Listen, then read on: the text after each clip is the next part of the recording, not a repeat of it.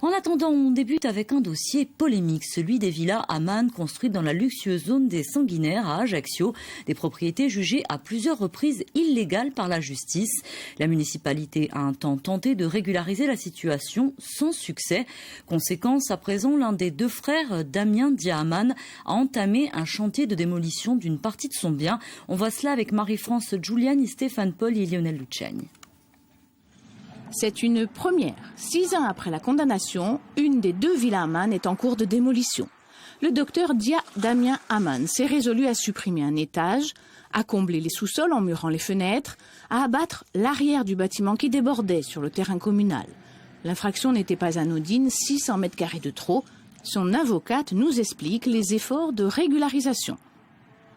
La maison devrait revenir à une surface d'environ 250 mètres carrés, à laquelle il convient d'ajouter les annexes, mais quoi qu'il en soit, nous serons en dessous de la surface initiale autorisée de 319 mètres carrés. Avec cette démolition, le contrevenant espère la suspension des astreintes financières. Le tribunal les a fixées à 6 000 € par mois de retard.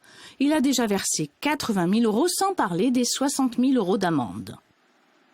Ils souhaitent être tranquilles dorénavant. Ils ont subi des pressions, des insultes, des intimidations. On leur a tiré sur leur maison, en leur présence à la nuit alors qu'ils dormaient dans la maison. Ils ont porté plainte. Je pense qu'il y a eu une enquête, mais effectivement, il n'y a pas eu de suite. Pendant des années, pour éviter de détruire, des permis de construire et de démolir ont été déposés et refusés. Toutes sortes de procédures ont été enclenchées. De son côté, son frère, Majid Michel Aman, lui, n'a rien modifié sur site. Les fractions étaient encore plus grandes, 900 mètres carrés de dépassement. Ces démêlés avec la justice ne sont pas finis. En juin, il a été mis en examen pour corruption active, tout comme Johan Cart, suspecté proche de la bande du Petit Bar. Sont-ils intervenus et comment pour que la municipalité vende ces terrains? 2 cadres de la ville sont en tout cas poursuivis pour corruption passive.